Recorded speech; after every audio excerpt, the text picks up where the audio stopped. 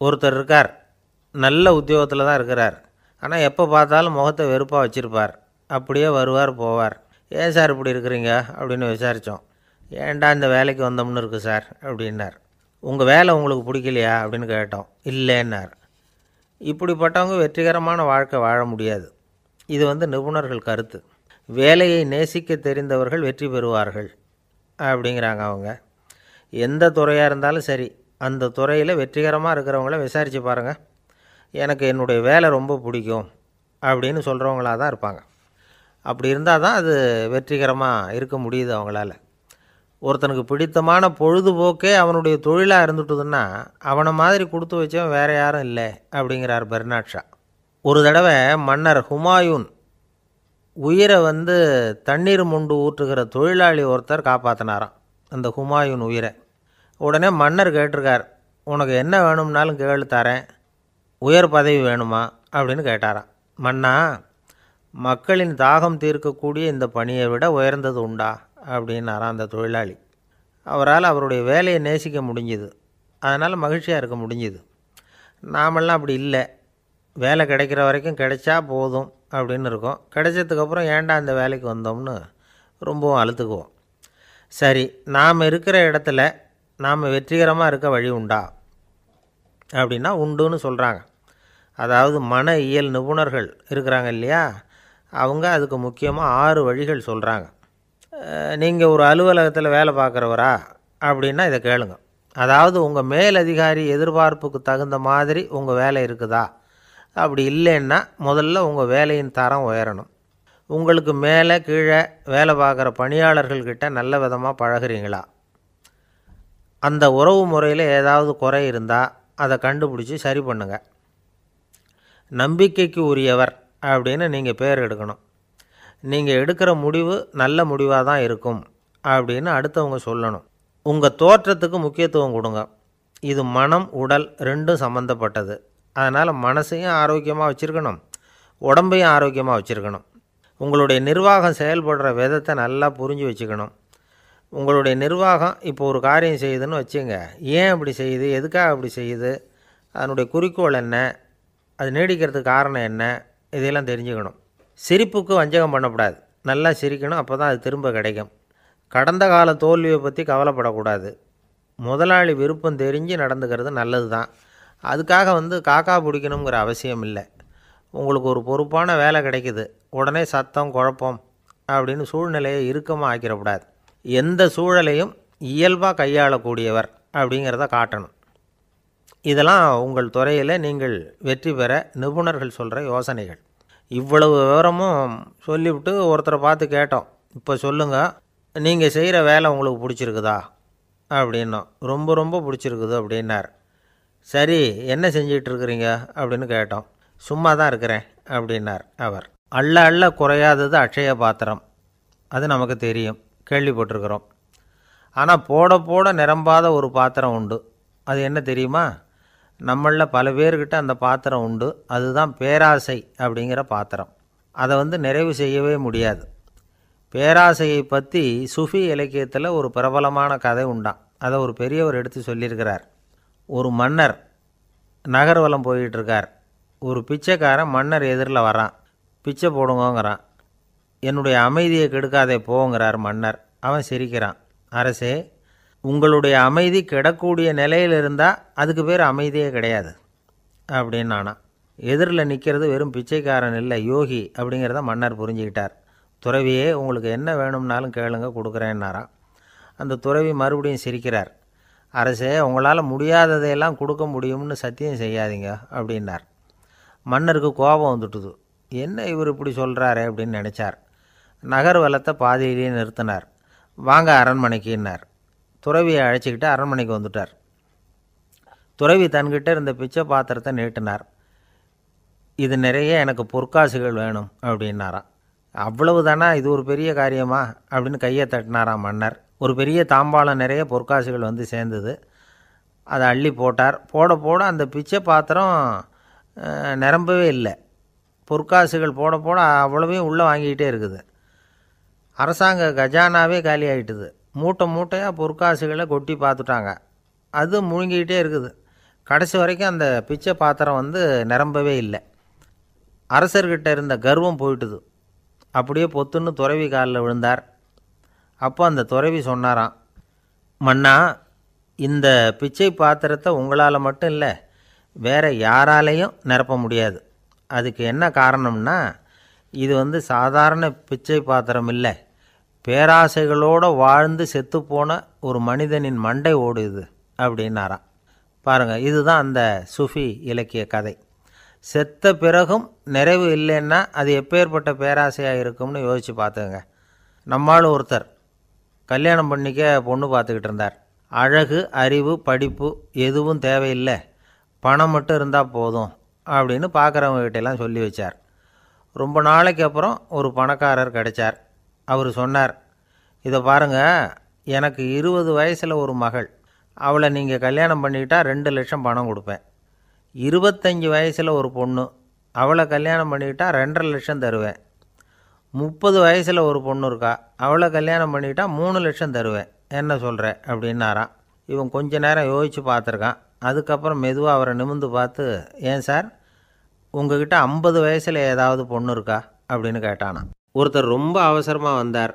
Sir, மனுஷன் நிம்மதியாக இருக்கிறதுக்கு என்ன வழின்னு கேட்டார். சீக்கிரமாக ஒரு கல்யாணத்தை பண்ணிங்க, எல்லாம் சரியாக போடும் அப்படின்னோம். அவர் ஒரு மாதிரியாக பார்த்தார். ஏற்கனவே எனக்கு கல்யாணம் ஆகிட்டுது சார், அதனால தானே நிம்மதியாக இருக்கிறதுக்கு வழி கேட்குறேன் அப்படின்னார். சரி, இவர் ஒரு மாதிரியான கேஸ் அப்படின்னு நினச்சிக்கிட்டு நம்மக்கிட்ட இருந்த ஒரு சின்ன புத்தகத்தை அவர்கிட்ட தூக்கி கொடுத்தோம். இதை படித்து பாருங்கன்னு. கல்யாணத்துக்கு பிறகும் சந்தோஷமாக இருக்கிறதுக்கு என்ன வழி அப்படிங்கிற கேள்விக்கு அந்த புத்தகத்தில் விளக்கம் இருந்தது. கணவன் மனைவிக்குள்ளே சிக்கல் வராமல் இருக்கிறதுக்கு அதில் சில வழிகளை சொல்லி கொடுத்துருக்குறாங்க. அதெல்லாம் என்னென்ன அப்படிங்கிறத இப்போ பார்க்கலாமா? குடும்பம்னு இருந்தால் கோபம் வரதான் செய்யும், அது வந்துட்டு போட்டும் பரவாயில்ல. ஆனால் அந்த கோபம் ஒரே நேரத்தில் 2 பேருக்கும் வந்துடாமல் பார்த்துக்கணும். ஒரு சமயத்தில் யாராவது ஒருத்தர் தான் கோபப்படணும், அடுத்தவங்க அமைதியாக இருக்கணும். அதுக்கப்புறம் இவர் அமைதியான உடனே அவங்க ஆரம்பிச்சிக்கலாம். கோபமாக ஏதாவது சொன்னால் உடனே கோபமாக பதில் சொல்லக்கூடாது. கொஞ்சம் பொறுத்து கோபம் தீர்ந்த உடனே அந்த பதிலை சொல்லலாம். அப்போ பதில் கோபமாக இருந்தால் கூட அது அவ்வளோ பெருசாக தெரியாது. அற்ப விஷயத்துக்கெல்லாம் காய்ச்சி மூச்சுன்னு கத்திகிட்டு இருக்கக்கூடாது.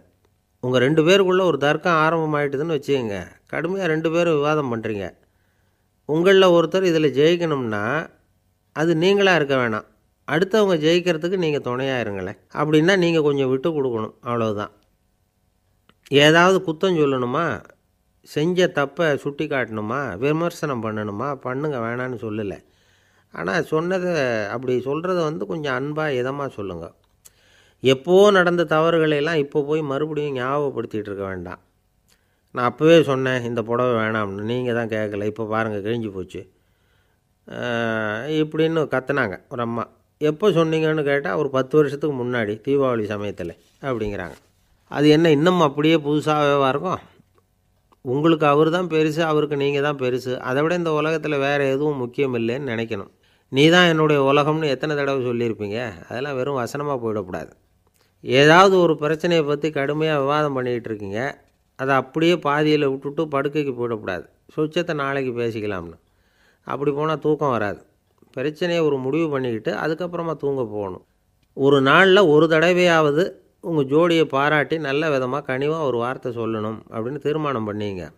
ஏதாவது தப்பு பண்ணிவிட்டிங்கன்னா பரவாயில்ல, அதை ஒத்துக்கிறதுக்கும் மன்னிப்பு கேட்குறதுக்கும் தயாராக இருக்கணும். அது ஒன்றும் கேவலம் கிடையாது. வீட்டுக்குள்ளே தானே கேட்க போகிறீங்க, வெளியில் யாருக்கு தெரிய போகுதோ? எப்படியோ உங்களுக்குள்ளே ஒரு சமரசம் ஆனால் சரி தான். ஒரு தகராறுன்னு எடுத்துக்கிட்டால் குறைஞ்சபட்சம் அதுக்கு 2 பேர் தேவை. தனியாகவே உட்காந்துக்கிட்டு நான் இப்போ தகராறு பண்ணிகிட்டு இருக்கிறேன் அப்படின்னு யாரும் சொல்ல முடியாது. 2 பேர் தகராறு பண்ணுறாங்கன்னா பொதுவாக அந்த 2 பேரில் யார் அதிகமாக பேசுகிறாங்களோ அவங்க பேரில் தான் தப்பு இருக்கும். அதை மனசில் வச்சுக்கணும். இதெல்லாம் தான் அந்த புத்தகத்தில் போட்டிருக்கிற வழிமுறைகள். இவ்வளவும் சரியாக வரலைன்னா அப்புறமா சொல்லுங்கள், வேறு புத்தகம் ஏதாவது இருக்கான்னு தேடுவோம். ஒரு கணவன் தன்னுடைய மனைவியை அழைச்சிட்டு ஒரு மனோதத்துவ டாக்டர்கிட்ட வந்தாராம். டாக்டர், எங்களுக்கு கல்யாணம் ஆகி 30 வருஷ காலமாக நாங்கள் ஒரு விஷயத்தில் கூட ஒத்து போனதில்லை அப்படின்னு ஆரம்பித்தார். உடனே அந்த அம்மா குறுக்கிட்டு, அது 30 வருஷம் இல்லை 32 வருஷம் அப்படின்னாங்களாம். சில பேரை இப்படி சொல்கிறது உண்டு. அடுத்தவங்களை அனுசரித்து நடந்துக்க தெரியல, அவன் என்ன சார் மனுஷன் அப்படிம்பாங்க. சக மனிதர்களோடு எப்படி பழகிறது அப்படின்னு தெரியாததுனாலேயே பல பேர் இன்றைக்கி சங்கடப்பட்டுக்கிட்டு இருக்கிறாங்க. வசதி வாய்ப்பெல்லாம் சரியாக இருக்கும், ஆனால் வாழ்க்கை சரியாக இருக்காது. இன்னொருத்தர்கிட்ட எப்படி பேசுறது பழகிறதுங்கிறது தெரியாதனால தான் இந்த அவஸ்தை. சரி, இந்த அவஸ்தை இல்லாமல் வாழறது எப்படி? இதுக்கு அனுபவசாலிகள் சில வழிமுறைகளை சொல்கிறாங்க. அதெல்லாம் என்னென்னங்கிறத இப்போ தெரிஞ்சுக்குவோம். முதல்ல நம்ம நாக்கு நம்ம கண்ட்ரோலில் இருக்கணும். வார்த்தைகளை கொட்டிவிட்டு அதுக்கப்புறம் அள்ள முடியாமல் கடந்து கஷ்டப்படக்கூடாது. எப்படி பேசுகிறோங்கிறதும் முக்கியம். பேசுகிறப்ப எப்படி முகத்தை வச்சுருக்கிறோங்கிறதும் முக்கியம். அன்பாக பேசினாலும் நல்லாயிருக்கும். அப்படி பேசுகிறப்ப ஆதரவாக அவர் தோள் மேலே ஒரு கையை போட்டுக்கிட்டு பேசினா இன்னமும் நல்லாயிருக்கும். ரெண்டாவது விஷயம், இன்னொருத்தர்கிட்ட பேசுகிறப்போ வாக்குறுதிகளை அள்ளி வீசக்கூடாது. கொடுக்குற வாக்குறுதி குறைச்சலாக இருக்கணும். அப்படி கொடுத்த வாக்குறுதியை கண்டிப்பாக நிறைவேற்றணும். நாம் ஒருத்தரை பாராட்டுறோம் அல்லது அவரை பற்றி அபிப்பிராயம் சொல்கிறோம்னா அது ஆக்கப்பூர்வமாக இருக்கணும். நம்ம பாராட்டு அல்லது விமர்சனம் அடுத்தவருடைய முன்னேற்றத்துக்கு உதவுறது மாதிரி இருக்கணும். நாம் சொல்கிறத கேட்டுட்டு அவன் தலையில் கையை வச்சுட்டு உட்காந்துடக்கூடாது. எப்பவும் உற்சாகமாக இருக்கணும், முகம் மலர்ச்சியாக இருக்கணும். மனுஷன் இருந்தால் வருத்தம், கவலை, ஏமாற்றம் எல்லாம் இருக்க தான் செய்யும். அதெல்லாம் மனசில் இருக்கட்டும். அந்த வருத்தமும் கவலையும் ஏமாற்றமும் சேர்ந்துக்கிட்டு நம்ம முகத்தில் இருக்கிற மலர்ச்சியை மூடி மறைக்கிறதுக்கு நாம் இடம் கொடுத்துடக்கூடாது. எந்த விஷயத்தை பற்றி யாருக்கிட்ட பேசினாலும் வெளிப்படையாக பேசணும். திறந்த மனசோடு பேசணும். மூடி மறைச்சி முழுங்கிக்கிட்டு இருக்கக்கூடாது. இன்னொருத்தர்கிட்ட பேசுகிறப்போ விவாதம் பண்ணுங்க, அது தப்பு இல்லை. ஆனால் வாதாடிக்கிட்டு இருக்கக்கூடாது. அதாவது என்ன சொல்கிறாங்கன்னா, டிஸ்கஸ் பண்ணலாம், ஆர்கியூ பண்ணக்கூடாதான். நம்மக்கிட்ட இருக்கிற நல்ல குணங்களை நாம் எடுத்து சொல்லிகிட்டு இருக்கக்கூடாது. அந்த நல்ல குணங்களே நம்மளை பற்றி எடுத்து சொல்லணும். அது மாதிரி நடந்துக்கணும்.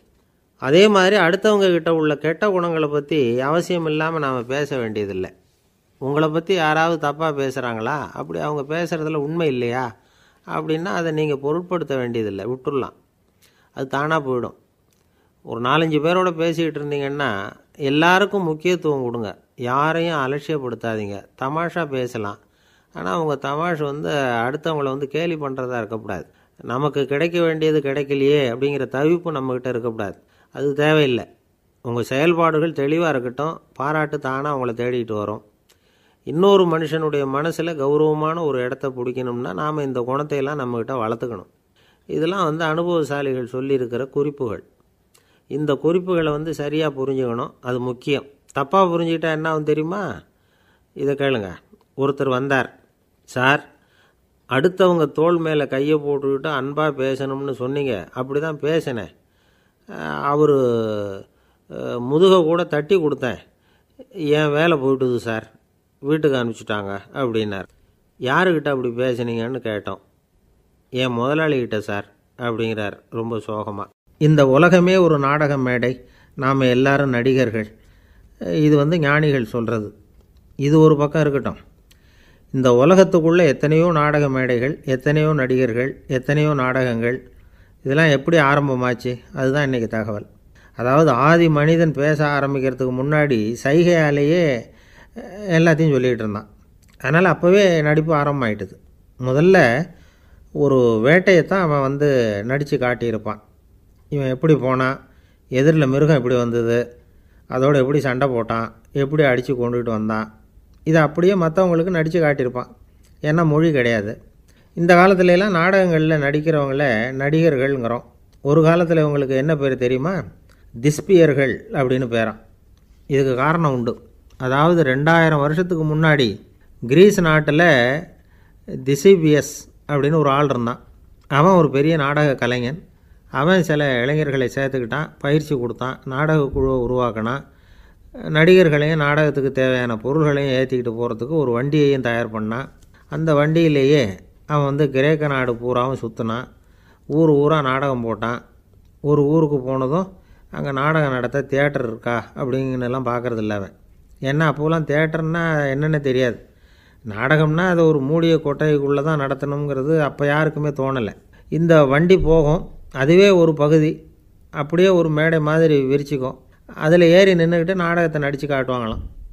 மக்கள்லாம் எதிரில் தரையில் உட்காந்து அதை பார்த்துக்கிட்டு இருக்கிறது. உலகத்தின் முதல் நடமாடும் தியேட்டர் இது தானா. இந்த திசிபியஸ் தான் முதலாக உலகத்தில் நாடகங்கிற பொழுதுபோக்கை நடத்தி காட்டினவன் அப்படின்னு சொல்கிறாங்க. அவன் சொந்தமாக நாடகம் எழுதுனான், நடித்தான், நாடகத்தை இயக்கினான். அதனால தான் அவனை first man of the theatre அப்படின்னு சொல்லுவாங்க. அவன் தான் நாடக மேடையின் முன்னோடி. கிரேக்கர் காலத்திலேயே நாடக ஆசிரியர்கள், நடிகர்கள், ரசிகர்கள் இவங்கெல்லாம் உருவாயிட்டாங்களாம். நாடகத்தின் சரித்திரத்தில் இந்த 3 பிரிவும் ரொம்ப முக்கியம். அதாவது கிரேக்க தியேட்டர்கள்லாம் திறந்த வெளி மேடைகள் தான். பெரும்பாலும் மலைச்சரிவுகள், அதுவே படிப்படியாக பண்ணியிருப்பாங்க. கீழே அரைவட்ட வடிவில் மேடை, அதுக்கு ஆர்கெஸ்ட்ரான்னு பேர். பிற்காலத்தில் இதில் உட்காந்து இசைக்குழுவினர் வாய்ச்சதுனால இசைக்குழுவுக்கே ஆர்கெஸ்ட்ராங்கிற பேர் வந்துட்டுது. இப்போது கிரேக்க தியேட்டர்களில் ஒன்று, அதோட காலம் கிமு 340. அதை இன்னமும் பாதுகாத்து வச்சுருக்கிறாங்களாம். எபிடாரஸ் அப்படிங்கிற இடத்துல அது இருக்குதான். இன்னமும் அந்த தியேட்டரை பயன்படுத்திக்கிட்டு வர்றாங்களாம். சிறந்த கிரேக்க நாடகங்கள்லாம் அங்கே நடிக்கிறாங்களாம். ஆரம்ப காலத்திலேயே கட்டணம் கிடையாது. அப்புறம் பின்னாடி தான் நுழைவு கட்டணம்லாம் அப்படியே வந்துட்டு தான். நடிகர்கள் பளபளப்பான ஆடைகள் உடுத்தியிருப்பாங்களாம். இந்த குதிகால் உயர்ந்த காலணிகள் போட்டிருப்பாங்களாம். இதெல்லாம் பழைய குறிப்புகள். பலவிதமான உருவங்களில் மாஸ்க் அப்படின்னு சொல்லப்படுற முகமூடி. அதனால் ஒரே நடிகர் பல வேடங்களில் நடிக்கிறது உண்டான். ஆரம்பத்தில் பெண் நடிகர்கள் கிடையாது, எல்லாம் ஆண் நடிகர்கள் தான். ரோமானியர்கள் தான் முதல் நிரந்தர நாடக மேடையை கட்டினவங்க. அதுதான் முதல் தியேட்டர். கிமு 1048 காலகட்டத்தில் பாம்பிங்கிற நகரத்தில் அதை கட்டியிருக்கிறாங்களாம். கிரேக்க ரோமானிய தியேட்டர்களின் அடிப்படையிலேயே இந்த இத்தாலிய வடிவமைப்பாளர்கள் இந்த குதிரை லாட வடிவில் ஒரு ஆடிட்டோரியத்தை உருவாக்கினாங்களாம்.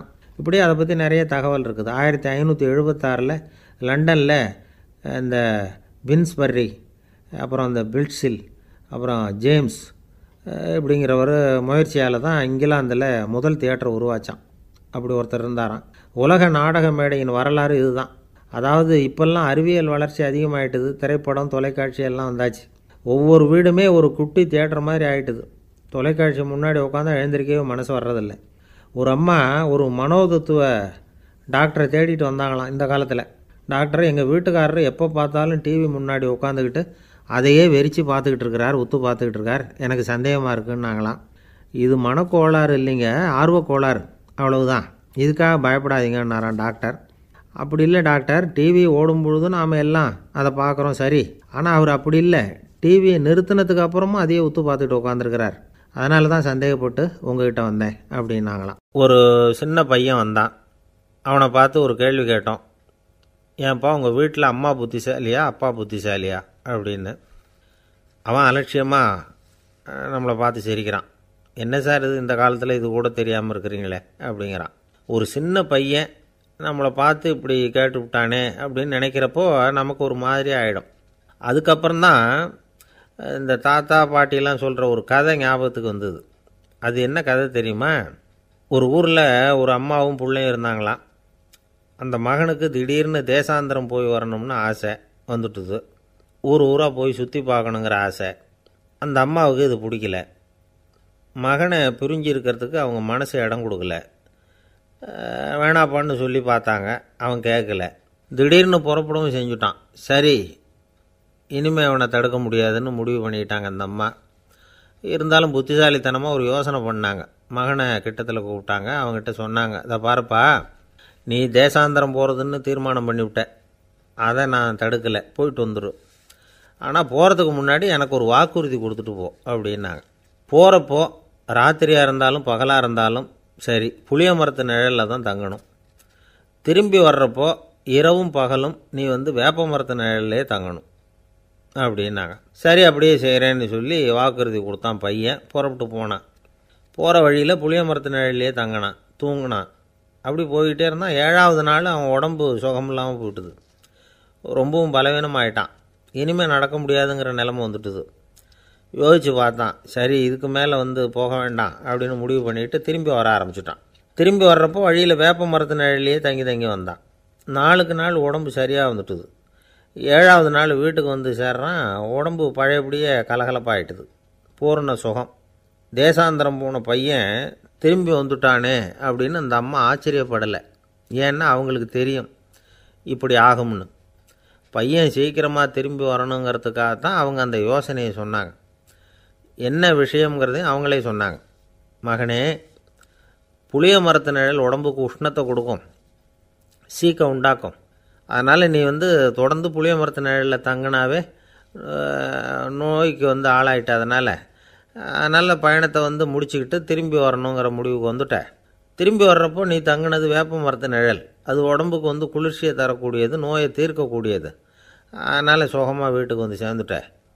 உன்னோட தேசாந்திர பயணத்தை தடுக்கிறதுக்காக தான் இப்படி பண்ணினேன் அப்படின்னாங்களாம் அந்த அம்மா. பார்த்தீங்களா அம்மாவோட புத்திசாலித்தனத்தை? அப்பாவாக இருந்தால் இப்படியா பண்ணுவார்?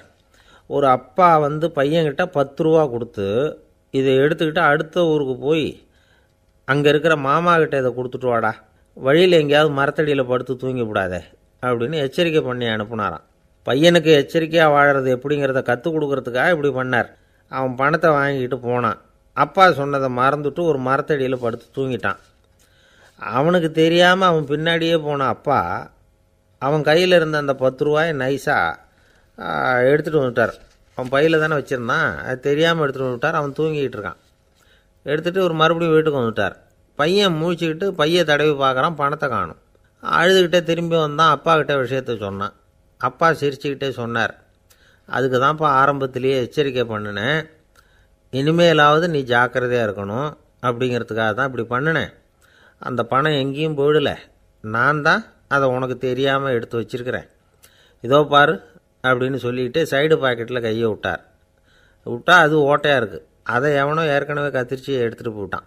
இப்போ அப்பா முகத்தில் அசடு வழிஞ்சுதான். ஒரு அரசனும் அமைச்சரும் ஒரு நாள் ரொம்ப சாவகாசமாக பேசிக்கிட்டு இருந்தாங்களாம். அரசன் அமைச்சரை பார்த்து ஒரு கேள்வி கேட்டிருக்கார். ஏங்க அமைச்சரே, ஆசை இல்லாத ஒரு மனுஷனால் இருக்க முடியுமா அப்படின்னு. ஏன் முடியாது, துறவி அப்படிங்கிறவங்கெல்லாம் அப்படிப்பட்டவங்க தானே அப்படின்னாராம் அமைச்சர். அவங்கெல்லாம் உண்மையிலேயே ஆசையை விட்டவங்க தானா அப்படின்னு கேட்டாராம் ராஜா. அப்படி தான் இருக்கணும் அப்படின்னாராம் அமைச்சர். அப்படின்னா ஆசையே இல்லாத ஒரு உண்மையான துறவியை நான் பார்க்கணுமேன்னார். அது என்ன பிரமாதம், அதுக்கு நான் ஏற்பாடு பண்ணுறேன் அப்படின்னு விட்டார் இவர். சொல்லிவிட்டு உடனே புறப்பட்டு போனார். அங்கங்கே தேடினார். அப்புறம் தான் அவருக்கு புரிஞ்சுது உண்மை துறவியை கண்டுபிடிக்கிறது எவ்வளவு கஷ்டமான காரியம்னு. இருந்தாலும் ராஜா கிட்ட சொல்லியாச்சே உண்மை துறவியை காட்டுறேன்னு. இப்போ என்ன பண்ணுறது? ராஜா கிட்ட சொன்னபடி நடக்கலைன்னா அவருக்கு கோபம் வந்துடும். அமைச்சர் ஒரு யோசனை பண்ணார். அவருக்கு ஒரு வழி தெரிஞ்சுது. அதுதான் சரின்னு முடிவு பண்ணார். அதாவது அந்த ஊரில் அவருக்கு தெரிஞ்ச நாடக நடிகர் ஒருத்தர் இருக்கிறார், நல்லா நடிப்பார். அவரை போய் பார்த்தார். இதை பாருப்பா, எனக்காக நீ ஒரு காரியம் செய்யணும்னார். என்னன்னு கேட்டார் அவர். நீ ஒரு துறவி மாதிரி கொஞ்ச நேரத்துக்கு நடிக்கணும்.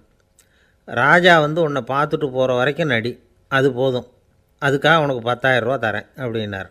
அவர் எந்த காலத்தில் இவ்வளவு பணத்தை மொத்தமாக பார்த்துருக்கார். அதனால் உடனே சரின்னு ஒத்துக்கிட்டார். அமைச்சர் வந்து அரண்மனைக்கு திரும்பி வந்தார். என்ன அமைச்சரே, இன்னுமா ஒரு உண்மையான துறவி கிடைக்கலன்னார். உண்மையான துறவி ஒருத்தரை இப்போ தான் கொஞ்ச நேரத்துக்கு முன்னாடி பார்த்து பேசிவிட்டு வர்றேன். அவர் நம்ம ஊருக்கு வெளியில் குளத்தங்கரையில் உள்ள ஒரு ஆலமரத்துக்கு அடியில் உட்காந்துருக்கிறார் அப்படின்னார் இவர். அப்படின்னா உடனே புறப்படுங்க அப்படின்னார் ராஜா. பரிவாரங்களோடு புறப்பட்டார். அங்கே அந்த மரத்தடியில் அந்த ஆள் வேஷம் போட்டுக்கிட்டு துறவி மாதிரி உட்காந்துருக்கிறான். ராஜா நேராக போனார். அந்த துறவி காலில் பொத்துன்னு விழுந்து வணங்கினார். உடனே ராணியும் அவர் காலில் விழுந்தாங்க. அடுத்தபடியாக அமைச்சர் விழுந்தார். அவருக்கு தெரியும் இது நம்ம ஆள் தான்னு. இருந்தாலும் என்ன பண்ணுறது, நேரம். அப்புறம் பரிவாரங்கள்லாம் துறவி காலில் விழுந்து ஆசீர்வாதம் வாங்கிட்டாங்க. ராஜா அப்புறமா தங்கத்தட்டில் பொன்னையும் பொருளையும் வச்சு அந்த துறவிக்கிட்ட ரொம்ப பணிவாக நீட்டுறார். தாங்கள் தயவு பண்ணி இதை ஏற்றுக்கணும் அப்படின்னு வேண்டிக்கிட்டார். அந்த துறவி பற்றில்லாமல் அதை பார்த்தார். எல்லாத்தையும் திறந்துவிட்ட எனக்கு இதெல்லாம் எதுக்காக அப்படின்னு சொல்லி அதை மறுத்துட்டாராம். ஆஹா, உண்மையான துறவியை பார்த்துட்டோம் அப்படிங்கிற ஆனந்தம் அரசருக்கு. ரொம்ப நிம்மதியாக திருப்தியாக திரும்பி வந்தார் அரண்மனைக்கு. அதுக்கப்புறம் அமைச்சர் யாருக்கும் தெரியாமல் அந்த துறவிகிட்ட ஓடினார். சொன்ன பிரகாரம் பணத்தை நீட்டினார். இந்தாப்பா, நான் உங்ககிட்ட சொன்னபடி 10,000 ரூபா பணம் எடுத்துக்கோ அப்படின்னார். அந்த ஆள் ராஜா கிட்ட சொன்னது மாதிரியே எல்லாத்தையும் திறந்துவிட்ட எனக்கு இதெல்லாம் எதுக்காக வேணாம் அப்படின்னு விட்டாராம். நடித்த வரைக்கும் போதும்ப்பா, இனிமேல் இந்த நாடக வசனம்லாம் வேணாம், வேஷத்தை கலைச்சிரு, பணத்தை வாங்கிக்கோன்னார். இல்லைங்க, இது வேஷம் இல்லை, இது வசனமும் இல்லை, இது உண்மை. கொஞ்ச நேரம் துறவி மாதிரி நடித்ததுக்கே இந்த தேசத்து ராஜா, ராணி, அமைச்சர், பரிவாரங்கள் எல்லாம் என் காலில் விழுந்து வணங்குறாங்க. அப்படின்னா உண்மையான துறவியாக இருக்கிறது எவ்வளவு பெருமையான விஷயம். நான் உண்மையான துறவியாக ஆக போகிறேன், அப்படி முடிவும் பண்ணிட்டேன் அப்படின்னார் அந்த நடிகர். வேஷம் கூட எப்படிப்பட்ட விளைவுகளை உண்டு பண்ணுது பார்த்தீங்களா. நம்மால் ஒருத்தன் ரொம்ப வசதியாக தான் இருந்தான். ஒரு நாள் அவன் சொத்து பூரா திருட்டு போட்டுது. அதுக்கப்புறம் இவன் துறவி மாதிரி ஆகிட்டான். ஊர் ஊராக சுற்றினான். ஒரு குருநாதரை தேடி கண்டுபிடிச்சான். அவர்கிட்ட சீடனாக சேர்ந்துக்கிட்டான். அவனை பார்த்து ஒருத்தர் கேட்டார், நீ உண்மையான சீடன் தானான்னு. இல்லைங்க, சீடன் மாதிரி நடிச்சுக்கிட்டு இருக்கிறேன் அப்படின்னா. அது குரு துரோகம் இல்லையா அப்படின்னு கேட்டார் அவர். இல்லைங்க, நான் பண்ணது குரு துரோகம் இல்லை, என் குரு பண்ணது தான் துரோகம். என்னுடைய பணத்தை கொள்ளையடித்தது இவர் தான். அதை எங்கே வச்சுருக்காருன்னு கண்டுபிடிக்கிறதுக்காக தான் இவர்கிட்ட வந்து சீடனாக சேர்ந்துருக்கிறேன் அப்படின்னா. ஒரு ஆள் இருந்தான், நிறைய பணம் சம்பாதிச்சான். ஆனால் செலவு பண்ண மனசு வரல, கருமி. அவன் என்ன பண்ணான், சேர்த்த பணம் பூராவையும் ஒரு மரத்தடியில் புதைச்சி வச்சுருந்தான். வாரத்துக்கு ஒரு தடவை அந்த மரத்தடிக்கு வருவான், புதைச்ச இடத்த ஆவலோடு பார்த்துக்கிட்டு இருப்பான், அதுக்கப்புறம் போயிடுவான். அவ்வளவுதான். ஒரு நாள் ஒரு திருடன் வந்தான், இவன் புதைச்சி வச்சுருந்ததெல்லாம் எடுத்துகிட்டு போயிட்டான். இது தெரிஞ்சு போச்சு. அந்த கருமி புலம்ப ஆரம்பிச்சிட்டான். இவன் புலம்பலை கேட்டதும் அக்கம் பக்கத்தில் இருந்தவங்கெல்லாம் ஓடி வந்தாங்க. என்ன விஷயம்னு விசாரித்தாங்க. இவன் சொன்னான். ஒரு பெரியவர் கேட்டார், ஏன்ப்பா வாரம் வந்து இந்த இடத்த பார்க்குறதாக சொன்னியே, எப்போவாவது இதில் இருக்கிற பணத்தை எடுத்து செலவு பண்ணியிருக்கியா அப்படின்னு கேட்டார். நான் அப்பப்போ வந்து அதை பார்க்குறது தான் வழக்கம், அதை தொட்டதே இல்லைன்னு அவன். சரி, அப்படின்னா இப்போவும் நீ அதே மாதிரி வாரம் ஒரு தடவை வந்து இந்த இடத்த பார்த்துட்டு போகலாமே அப்படின்னாராம் அந்த பெரியவர். அதுவும் சரிதானே, எவ்வளவு காலமானாலும் அவன் அந்த பணத்தை எடுத்து செலவு பண்ண போகிறதில்ல. அப்படி இருக்கிறப்ப உள்ளே பணம் இருந்தாலும் ஒன்று தான், இல்லாமல் போனாலும் ஒன்று தான். இதிலேருந்து என்ன புரியுதுன்னா, ஒருத்தர்கிட்ட இருக்கிற பணத்தை கொண்டு அவர் பணக்காரரா ஏழையா அப்படின்னு முடிவு செய்கிறது சரியில்லை. அந்த செல்வத்தை அனுபவிக்கிற திறன், பயன்படுத்துகிற திறன், அதை வச்சு தான் அவர் ஏழையா பணக்காரரா அப்படிங்கிறத நிர்ணயம் பண்ணணும். அதுதான் சரி. செலவு பண்ண தெரியாதவன் சேகரம் பண்ணிகிட்டே இருக்கிறதுனால என்ன பிரயோஜனம்? தலைமுடியே இல்லாதவன் தாராளமாக சீப்புகளை வாங்கி சேகரம் பண்ணுறது மாதிரி தானே இது. சில சமயம் செலவு பண்ண நாம் தயாராக இருந்தால் கூட அந்த செல்வம் நமக்கு பயன்படுறதில்ல. அரேபியாவில் ஒரு நகை வியாபாரி விலை உயர்ந்த முத்துக்களை எல்லாம் அவர் வச்சு வியாபாரம் பண்ணிகிட்டு இருந்தார். அவர் ஒரு சமயம் ஒரு பாலைவனம் வழியாக போயிட்டுருக்கிறார் ஒட்டகத்தில். அப்போது திடீர்னு கடுமையான புயல் வீச ஆரம்பிச்சுட்டுது. திசை தவறி இவர் எங்கேயோ வந்துட்டார். கூட வந்தவங்களையும் காணலை, எங்கே போனாங்களோ தெரியல. இவர் ரொம்ப பயந்து போய் அங்கே எங்கேயுமா அலைஞ்சு திரியிறார். வழியே தெரியல, பசி கடுமையாயிட்டுது. ஒட்டகத்து முதுகில் ஒரு மூட்டை இருந்தது, அதை பிரித்து பார்த்தார். உள்ளே ஏதாவது இருக்கான்னு தேடி பார்க்குறார். அது வரைக்கும் கண்ணில் தட்டுப்படாத அபூர்வமான ஒரு பை கண்ணில் பட்டுது. ஆஹா, அதில் ஏதாவது சாப்பிட்றதுக்கு இருக்கும் அப்படின்னு நினச்சி ஆவலாக அதை பிரித்து பார்க்குறார். அந்த பையில் விலை உயர்ந்த முத்துக்கள் நிறைய இருந்துதான். அப்போ தான் அவர் நினச்சாராம், விலை உயர்ந்த முத்துக்கள் கூட சாப்பிட்றதுக்கு உணவாக முடியாது அப்படிங்கிறத புரிஞ்சுக்கிட்டாராம். எந்த நேரத்தில் எது நமக்கு தேவையோ அது நமக்கு தாராளமாக கிடைக்கணும். அப்படி அது கிடைக்கிறதுக்கு நம்மக்கிட்ட இருக்கிற செல்வம் பயன்படணும். அது நமக்கும் பயன்படலாம், நம்ம மூலமாக அடுத்தவங்களுக்கும் பயன்படலாம். அதுதான் செல்வத்தின் பயன். ஒரு மரத்தடியில் ஒருத்தன் உட்காந்து அழுதுகிட்டு இருந்தான். அந்த பக்கமாக வந்த இன்னொருத்தன் ஏப்பா அழுதுகிட்டு இருக்கிறேன்னு கேட்டான். இந்த இடத்துல தான் பூமிக்கு அடியில் பணம் இருக்குது, புதைச்ச இடம் தெரியல, அதான் அழறேன் அப்படின்னா. நல்லா ஞாபகப்படுத்தி பாரு, எந்த இடத்துல புதைச்ச அப்படின்னு கேட்டான் இவன். அது எப்படி எனக்கு தெரியும், புதைச்சி வச்சிருக்கிறவன் நான் இல்லையே, எங்கள் எதிர்த்த வீட்டுக்காரன் அப்படின்னானா இவன். அந்த ஆள் என்னை கண்ணாப்புண்ணான்னு திட்டிவிட்டான் சார், அதை நினச்சா எனக்கு ரொம்ப வருத்தமாக இருக்குது அப்படின்னு சொல்லி கவலைப்பட்டார் ஒருத்தர். இதில் கவலைப்படுறதுக்கு என்ன இருக்குது அப்படின்னார் ஒரு பெரியவர். அவர் ஒரு மகான். என்ன சார் இப்படி சொல்கிறீங்க, ஒருத்தர் நம்ம பார்த்து திட்டுனா வருத்தமாக இருக்காதா அப்படின்னார். அது எப்படி வருத்தமாக இருக்கும், திட்டுறதுங்கிறது என்ன, அது வெறும் சத்தம் தானே அப்படின்னார் அந்த பெரியவர். நம்ம ஆளுக்கு தலையை பிச்சுக்கலாம் போல் இருந்தது. இருக்காத அப்படின்னா நமக்கே அப்படி தானே தோணுது. அந்த பெரியவர் சொல்கிறது ரொம்ப பெரிய விஷயம். அதை நாம் புரிஞ்சிக்க முயற்சி பண்ணலாம்னா நடைமுறை வாழ்க்கைக்கு அது ஒத்து வர்றது மாதிரி தெரிய மாட்டேங்குது. இருந்தாலும் அந்த பெரியவர் அதுக்கு என்ன தான் விளக்கம் கொடுக்குறாருன்னு பார்ப்போமே. ஒரு ரயில் போயிட்டுருக்கு, அதில் ஒரு சாது போயிட்டுருக்கார். அந்த ரயில் வந்து அவர் ஹரித்வாரம் போயிட்டுருக்கார். அவர் ரயிலில் ஏகப்பட்ட கூட்டம். நம்ம ஊர் ரயில் கேட்க வேணும், டிக்கெட் வாங்கிட்டு கொஞ்சம் பேர், வாங்காத கொஞ்சம் பேர். அது என்னத்துக்கு அனாவசியமாக டிக்கெட் அப்படிங்கிற நினப்பில் பாதி பேர். இந்த கூட்டத்துக்கு மத்தியில் அந்த சாதுவும் போயிட்டுருக்கிறார். உட்கார்றதுக்காக இருந்த இடத்துல ஒரு ஆள் படுத்துருக்கிறான், கொஞ்சம் முரட்டு ஆசாமி. அவன் கால் பக்கத்தில் கொஞ்சோண்டு இடம் பாக்கி இருந்தது. அந்த இடத்துல இந்த சாது உட்காந்துருந்தார். மெதுவாக உட்காந்துக்கிட்டார் போய்.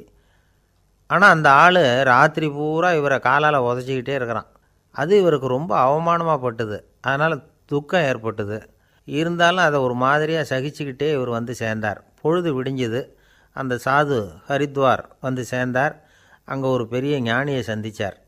ராத்திரி ரயிலில் அந்த ஆள் உதைச்சதையும் அதனால் தனக்கு ஏற்பட்ட துக்கத்தையும் இந்த சாது அந்த ஞானிகிட்ட சொன்னார். சொல்லிவிட்டு, ஏன் சுவாமி, எனக்கு துக்கம் ஏற்பட்டதே அது தப்பா அப்படின்னு கேட்டார். தவறு தான்னார் அந்த ஞானி. உனக்கு இன்னமும் தேக அபிமானம் போகலைங்கிறது தான் அது காட்டுது. அஷ்டாவக்கிரர் என்ன சொல்கிறார் தெரியுமா?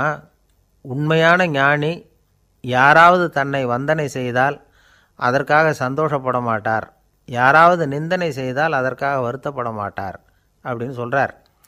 நிந்தனைங்கிறது ஒரு ஒலி தான்.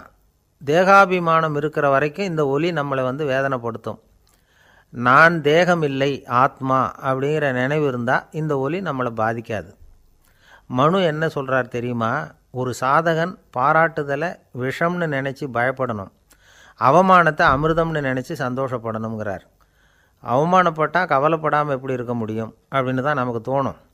அதனால தான் நம்மளில் யாரும் இதுக்கு உதாரணமாக யாரையும் காட்ட முடியல. புத்தரையும் கபீரையும் உதாரணமாக காட்டுறாங்க. அவங்களுக்கெல்லாம் அவமானம் ஏற்பட்டப்போ கவலையே படலையாம். புத்தரை வந்து அவமானப்படுத்தணுங்கிறதுக்காக கௌசாம்பி ராணி ஒரு இளம் பெண்ணை கொலை பண்ணி சடலத்தை புத்தர் குடிசைக்கு முன்னாடி போட சொன்னார். போட்டாங்க. புத்தர் தான் அந்த பொண்ணை கெடுத்து கொலை பண்ணிவிட்டார்னு எல்லோரும் நினச்சாங்க. ஆனால் புத்தர் இதை பற்றி கவலையே படலை. அப்புறமா உண்மை தெரிஞ்சதும் புத்தர் புகழ் இன்னும் அதிகமாயிட்டுது. ஒரு பெரிய சபையில் ஒரு மோசமான பொண்ணு நுழைஞ்சி தனக்கும் கபீருக்கும் சம்பந்தம் உண்டுன்னு சொன்னார். கபீர் கவலைப்படலை. அவங்க மாதிரியெல்லாம் நாமளும் இருக்க கற்றுக்கணும். நிந்தனை, அபகீர்த்தி, அவமானம் எல்லாம் ஆண்டவன் கொடுக்குற பிரசாதம்னு நினைக்கணும் அப்படின்னு சொல்கிறார் அந்த ஞானி. இதை கேட்ட இந்த காலத்து ஆசாமி ஒருத்தர், நான் கூட அப்படி தான் சார், யாராவது அவமானப்படுத்தினா கவலைப்பட மாட்டேன். நேற்று கூட ஒருத்தர் என்ன பலார்னு அரைஞ்சுட்டார், நான் கொஞ்சம் கூட கவலைப்படலை, பேசாமல் வந்துட்டேன்னார். ஏன் அப்படி வந்துட்டீங்க அப்படின்னு. அவர் அரைஞ்சதுலேயும் ஒரு அர்த்தம் இருந்தது, அதனால தான் அப்படி வந்துட்டேன்னார். ஏன் அரைஞ்சாருன்னு கேட்டேன். 10 வருஷத்துக்கு முன்னாடி 15 ரூபா அவர்கிட்ட கடன் வாங்கினேன், அதை கேட்டு கேட்டு பார்த்துட்டு கடைசியாக தான் அரைஞ்சார் அப்படின்னார். ஆண்டவனுடைய பிரசாதம் இவருக்கு அடிக்கடி கிடைக்கும் போல இருக்குது. ஒரு பல்கலைக்கழகம், அங்கே ஒரு இலக்கிய பேராசிரியர், அவர் பாடம் நடத்திக்கிட்டு இருந்தார். ராபர்ட் ப்ரௌனிங் எழுதிய கவிதைகளை பற்றி சொல்லிகிட்டு இருக்கிறார். மாணவர்களும் ரொம்ப அக்கறையாக அதை கேட்டுக்கிட்டு இருக்கிறாங்க. ஒரு குறிப்பிட்ட கவிதையை பற்றி சொல்லும் பொழுது அந்த பேராசிரியருக்கே ஒரு சந்தேகம். அதாவது அந்த கவிதையின் சரியான அர்த்தம் என்னங்கிறதுல சந்தேகம். பேராசிரியர் யோசனை பண்ணார். அந்த கவிதையை முழுசாக புரிஞ்சிக்க முடியல. அதனால் மாணவர்களை பார்த்து சொன்னார், மாணவர்களே, ஒரு நாள் பொறுத்துக்குங்க.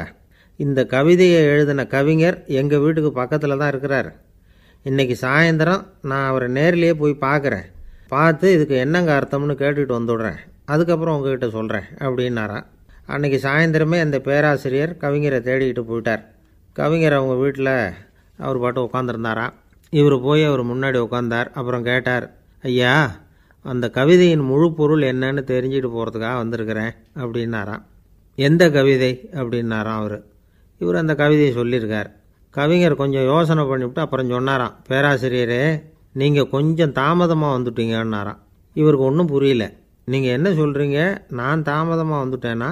நீங்கள் தான் உயிரோடு இருக்கிறீங்களே, அப்படி இருக்கும்பொழுது நான் தாமதமாக வந்துவிட்டேன்னா அது எப்படி அப்படின்னு இவர் குழம்பியிருக்கிறார். இப்போ கவிஞர் சொன்னாராம், ஐயா, நான் உயிரோடு இருக்கிறேன்னா இல்லையாங்கிறது முக்கியம் இல்லை. நான் அந்த கவிதை வரிகளை எழுதினப்போ 2 பேருக்கு அதோட அர்த்தம் தெரிஞ்சிருந்தது. இப்போ ஒரே ஒருத்தருக்கு தான் அதோட அர்த்தம் தெரியும் அப்படின்னாராம். பேராசிரியர் யோசனை பண்ணியிருக்கார். அப்படின்னா அந்த ஒருத்தர் கவிஞர் ராபர்ட் ப்ரௌனிங்கை தவிர வேறு யாராக இருக்க முடியும்? இவர் தான் அப்படிங்கிறத அவர் மனசில் நினச்சிக்கிட்டார். அதனால் சொன்னார், ஐயா, நான் தாமதமாக வரல, அந்த கவிதையின் பொருள் என்ன அது சொல்லுங்கன்னார். பேராசிரியரே, நான் சொல்கிறது உங்களுக்கு புரியலன்னு நினைக்கிறேன். நான் இந்த வரிகள் எழுதினப்போ 2 பேருக்கு அதோட அர்த்தம் தெரிஞ்சிருந்தது. அந்த 2 பேர் யாருன்னா, ஒருத்தர் ராபர்ட் ப்ரௌனிங், அதாவது நான், இன்னொருத்தர் கடவுள். இப்போ அது கடவுளுக்கு மட்டும்தான் தெரியும். நானே இதை பற்றி பல தடவை யோசனை பண்ணி பார்த்தேன். இது ரொம்ப அழகானது, ஆனாலும் ரொம்ப வழுக்கலானது. அதை பிடிச்சிட்டோம்னு நினச்சிக்கிட்டு இருக்கும் பொழுதே காற்று மாதிரி அது உங்ககிட்ட இருந்து ஓடி போயிடுது. எனக்கு ரொம்பவும் வருத்தமாக தான் இருக்குது. நிச்சயமாக நான் தான் இந்த வரிகளை எழுதியிருக்கிறேன். அதில் அர்த்தம் இருக்குங்கிறது எனக்கு தெரியும். அதை நான் உணர்றேன், ஆனால் நீங்கள் என்னை மன்னிக்கணும். எனக்கே கூட அதை என்னால் விளக்க முடியல. அப்படி இருக்கும்பொழுது உங்களுக்கு எப்படி அதை நான் விளக்க முடியும் அப்படின்னாரா அந்த கவிஞர். அனுபவிக்கப்படக்கூடிய எல்லாமே விளக்கப்படக்கூடிய ஒன்றல்ல, விளக்கப்படும் எல்லாமே அனுபவிக்கப்படக்கூடிய ஒன்றல்ல அப்படிங்கிறது ஞானிகளுடைய கருத்து. அதுக்காக தான் அந்த சம்பவம். வாழ்க்கையில் நீங்கள் தொடர்ந்து ஆய்வு செய்து கொண்டே இருக்கக்கூடிய விளக்கங்களை ஒருபோதும் அடைய முடியாத பரிமாணங்கள் இருக்கிறதுனால தான் அது அலுப்பு தட்டாமல் இருக்குது. உங்களால் நிறைய அனுபவிக்க முடியும், இருந்தாலும் நீங்கள் அனுபவித்து அறிந்த விஷயங்கள் கூட வார்த்தைகளால் விளக்கப்பட முடிவதில்லை அப்படிங்கிறது பெரியோர் சிந்தனை. இதெல்லாம் ஒரு பக்கம் இருக்கட்டும். நமக்கு தெரிஞ்ச பேராசிரியர் ஒருத்தர் 1 மணி நேரம் ரொம்ப விவரமாக வகுப்பு எடுத்தார். கடைசியாக சொன்னார், மாணவர்களே, ரொம்பவும் எளிமையாக விளக்கமாக எல்லா விவரமும் சொல்லியிருக்கிறேன். அதனால் இதில் உங்களுக்கு சந்தேகம் வர்றதுக்கு வாய்ப்பே இல்லை. இருந்தாலும் கேட்க வேண்டிய கடமை கேட்குறேன். இது வரைக்கும் நடத்தினதில் யாருக்காவது ஏதாவது சந்தேகம் உண்டா அப்படின்னு கேட்டாராம். எனக்கு ஒரே ஒரு சந்தேகம்தான் சார் அப்படின்னு எழுந்திரிச்சு நிற்கிறான் ஒருத்தன். என்னன்னு கேட்டாராம். இது வரைக்கும் நீங்கள் என்ன பாடம் சார் நடத்துனீங்க அப்படின்னானா அவன். அம்மாக்காரங்களுக்கு அடிக்கடி ஏற்படுற கவலை ஒன்று உண்டு. அதாவது குழந்தை சரியாக சாப்பிட மாட்டேங்குதே அப்படிங்கிற கவலை. இவங்கெல்லாம் ஒரு விஷயத்தை நல்லா புரிஞ்சுக்கணும். குழந்தைகள்ங்கிறவங்க பெரியவங்க மாதிரி இல்லை. அவங்க கடிகாரத்தில் மணியை பார்த்துட்டு சாப்பிட்றதுக்கு உட்கார்ற ரகம் கிடையாது. பசிச்சா சாப்பிடுவாங்க, இல்லைன்னா விளையாடுவாங்க அல்லது தூங்குவாங்க. அது புரியாமல் அவங்கள கட்டாயப்படுத்தி அல்லது மிரட்டி சாப்பிட வைக்கிறது ரொம்ப தப்பு. ஒரு 8 மாத குழந்தைக்கு 3 மணி நேரத்துக்கு ஒரு தடவை பசிக்கும். அந்த நேரம் பார்த்து சாப்பாடு கொடுத்தா அடம் பண்ணாமல் அது பாட்டுக்கு சாப்பிட்ரும். அதே குழந்தைக்கு 1 வயசு ஆகிறப்போ 4 மணி நேரத்துக்கு ஒரு தடவை பசிக்கும். இந்த வயசில் இயற்கையாகவே பசி குறைஞ்சிருக்கும். அது புரியாமல் என் குழந்தை முன்னாடி மாதிரி இப்போ சரியாக சாப்பிட மாட்டேங்கிறான் அப்படின்னு சில பேர் டாக்டர்கிட்ட போய் சொல்லிக்கிட்டு இருப்பாங்க. இன்னொரு விஷயம், ஒரு குழந்தைக்கு வயசு அதிகமாகிற வேகத்துக்கு உடம்பு எடையும் அதிகமாகிக்கிட்டே போகாது. உடம்பு எடை அதிகமாகிற வேகம் குறைஞ்சிக்கிட்டே வரும். 6 மாத குழந்தைக்கு ஒரு வாரத்தில் 150 கிராம் எடை கூடும். ஒரு வயசில் வாரத்துக்கு 71 கிராம் எடை கூடும். இது புரியாமல் அதிகமாக சாப்பாட்டை கொடுத்து குழந்தைய கஷ்டப்படுத்தக்கூடாது. ஏன்னா அளவுக்கு மீறின உணவு அஜீரணத்தை உண்டு பண்ணிவிடும். குழந்தைக்கு ஒரு தட்டில் கொஞ்சமாக ஆகாரத்தை வச்சு கொண்டுகிட்டு போய் கொடுக்கணும். மலை மாதிரி குவிச்சு வச்சா அதை பார்த்ததுமே பசி அடங்கி போயிடும். அடித்து மிரட்டி பயமுறுத்தி குழந்தைய சாப்பிட வைக்கிற பழக்கம் இருக்குது பாருங்கள். அதுக்கு ஃபுட் ஃபோர்ஸிங் அப்படின்னு பேர். இப்படி பண்ணினா குழந்தைக்கு சாப்பாட்டில் விருப்பம் குறைஞ்சிரும். அதை கண்டாவே வெறுக்க ஆரம்பிச்சிடும். அது மாதிரி உளம் சார்ந்த பசி குறைவு, சைக்கோஜெனிக் அனோரெக்சியா, அது ஏற்படுமா. சாப்பாடுங்கிறதே ஒரு தண்டனை மாதிரி தோணும்.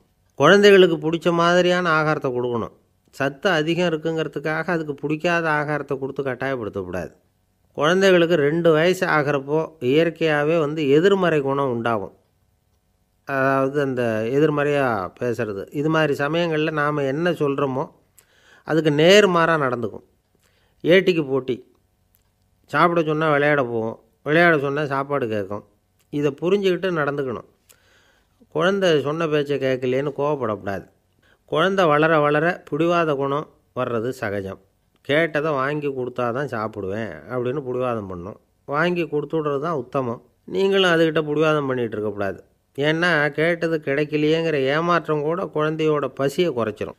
கேட்டது கிடைச்சிட்டா பசி அதிகமாகும். கொடுத்ததை மலமலன்னு சாப்பிட்றோம்.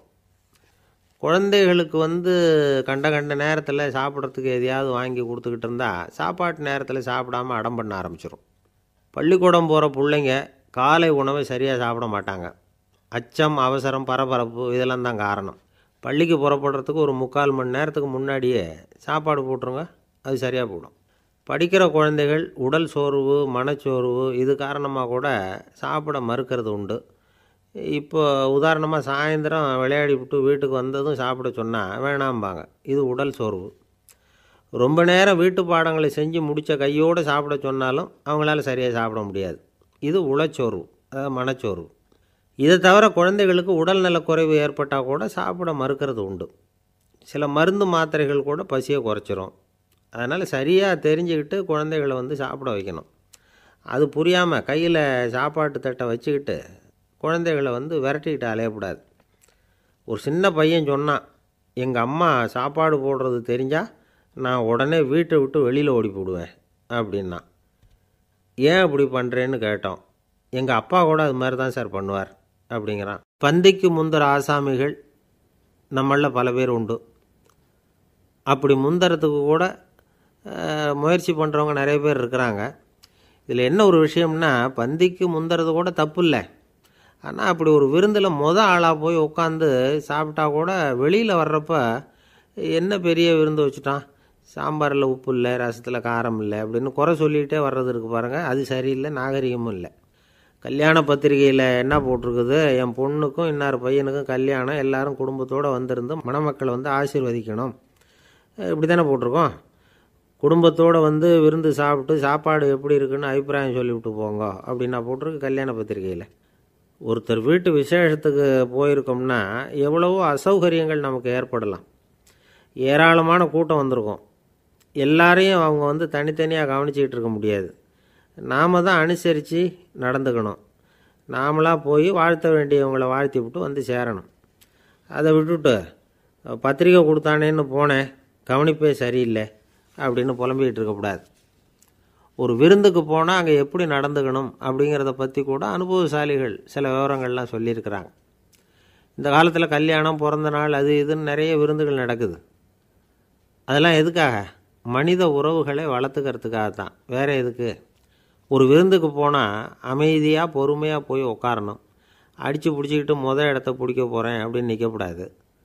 முதல் பந்தி நடந்துக்கிட்டு இருந்தால் அது முடிஞ்சு இலை எடுத்து சுத்தம் பண்ணதுக்கு அப்புறம் போய் உட்கார்றது தான் நாகரீகம். இலை எடுக்கிறதுக்கு முன்னாடியே அங்கே போய் உட்காந்தா நல்லா இருக்காது. நீங்கள் சாப்பிட்டுட்டு உட்காந்துருக்கீங்களா, சாப்பிட்றதுக்கு உட்காந்துருக்கீங்களா, பார்க்குறவங்களுக்கு சந்தேகம் வந்துடும். அதே மாதிரி இலையில் எல்லா ஐட்டமும் பரிமாறினதுக்கு அப்புறம் சாப்பிட ஆரம்பிக்கணும். ஒவ்வொரு ஐட்டமாக வைக்க வைக்க நாம் பாட்டுக்கு எடுத்து உள்ளே தள்ளிகிட்டே இருந்தோம்னா எதை வச்சோம் எதை வைக்கலன்னு பரிமாறினவரே குழம்பி போயிடுவார். ஏன்னா எப்போ பார்த்தாலும் இலை காலியாகவே இருக்கும். சாப்பிட்றப்போ உங்கள் சாப்பாட்டையே நீங்கள் கவனிக்கணும். அடுத்தவங்க இலையில் என்ன இருக்குது, பக்கத்தில் இருக்கிறவர் எதை அதிகமாக சாப்பிட்றார், இதெல்லாம் நமக்கு என்னத்துக்கு? எல்லாரும் சாப்பிட்டு முடிக்கிற வரைக்கும் பொறுமையாக இருக்கிறது தான் நல்லது. நீங்கள் மட்டும் திடீர்னு பாதியில் எழுந்திரிச்சு பக்கத்தில் இருக்கிறவங்களுக்கு சங்கடமாக இருக்குமேங்கிறதெல்லாம் யோசிக்காமல் நீங்கள் பாட்டு எழுந்திரிச்சு போகக்கூடாது. பக்கத்தில் உள்ளவங்க உங்களை எழுந்திரிக்க சொன்னால் எழுந்திரிச்சு போகலாம். விருந்துகளில் சாப்பாட்டை வீணாக்கிறதே ஒரு நாகரிகமாக போட்டுது. இந்த காலத்தில் சாப்பாட்டுக்கே கஷ்டப்பட்டுக்கிட்டு பல பேர் இந்த உலகத்தில் இருக்கிறப்போ சாப்பாட்டை வீணாக்கிறது எவ்வளோ பெரிய மோசங்கிறத நினச்சி பார்க்கணும். வேணுங்கிற அளவுக்கு கேட்டு வாங்கி சாப்பிட்றது தான் முறை. விருந்தில் இந்த பஃபே அப்படின்னு சொல்லி ஒரு முறை சொல்கிறாங்கல்ல, அதாவது உணவு வகைகளையெல்லாம் பொதுவாக ஒரு இடத்துல வச்சுடுறது, நமக்கு தேவையானதை நாமே எடுத்து ஒரு தட்டில் போட்டுக்கிட்டு சாப்பிட வேண்டியது. இதில் கூட சில பேர் தேவைக்கு அதிகமாக எடுத்து போட்டுக்கிட்டு வீணாக்குறாங்க. சில சமயம் வந்து கடைசியாக சாப்பிட போகிறவங்களுக்கு எல்லா ஐட்டமும் கிடைக்காம போகலாம். அதை போய் பெருசு பண்ணிகிட்டு இருக்கக்கூடாது. என்ன சார் இந்த அளவுக்கு கூடவா நாகரிகம் தெரியாமல் இருக்கிறோம், இதை போய் பெருசாக சொல்ல வந்துட்டீங்களே அப்படின்னு நினைக்கலாம். ஒருத்தர் 2 பேருக்கு இந்த விவரம் தேவைப்படலாம். அவங்க காதலையும் இது விழட்டுமேங்கிறதுக்காக தான் இது. ஒரு பெரிய கல்யாண விருந்து நடந்துக்கிட்டு இருந்தது. விருந்து மண்டபத்து வாசலில் ஒருத்தர் நின்றுக்கிட்டு வர்றவங்களையெல்லாம் ரொம்ப மரியாதையாக வணங்கி உள்ளே அனுப்பி வச்சுக்கிட்டு இருந்தார். எப்படி தெரியுமா? வர்றவங்க கையெல்லாம் பிடிச்சி முத்தம் கொடுத்து அதுக்கப்புறம் உள்ளே அனுப்பி வச்சுக்கிட்டு இருந்தாராம்.